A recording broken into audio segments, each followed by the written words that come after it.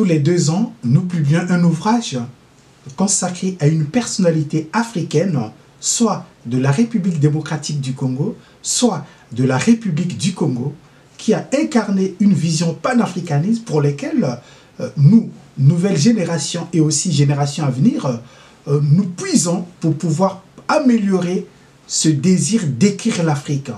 Parce que si nous-mêmes, Africains, nous n'écrivons pas l'Afrique, qu'il fait? Aujourd'hui, les élites africaines ont subi ce qu'on appelle le mépris, l'humiliation, la non-considération. Et si nous-mêmes, Africains, nous n'écrivons pas notre histoire, les autres ne l'écriront pas de la manière dont nous souhaitons. Les autres écriront l'histoire de l'Afrique selon leurs intérêts.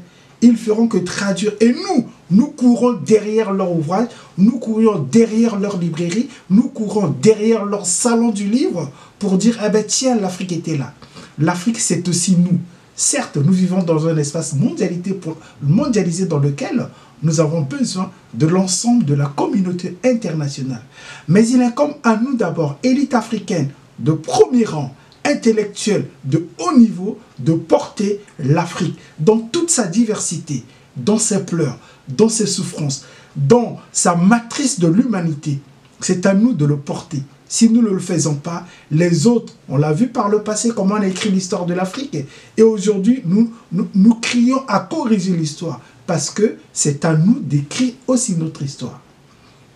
Donc, tous les 2 ans, nous écrivons un ouvrage consacré à des personnalités africaines qui ont marqué la sous-région, notamment en République démocratique du Congo. Le cas avec notre ouvrage consacré au professeur émérite Anissé Mungala, qui a créé le Bureau africain des sciences de l'éducation, c'est-à-dire c'est l'UNESCO section Afrique.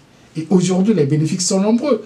On a plusieurs personnalités qui sont des directeurs adjoints de l'UNESCO section Afrique, l'œuvre de Anissé Mungala. Et le professeur Anissé Mungala a été aussi le titulaire de la chaire UNESCO pour l'Afrique centrale, destinée à la bonne gouvernance, à la culture de paix et aux droits de l'homme, aussi bien pour les pays de l'Afrique centrale que pour les pays de l'Afrique australe.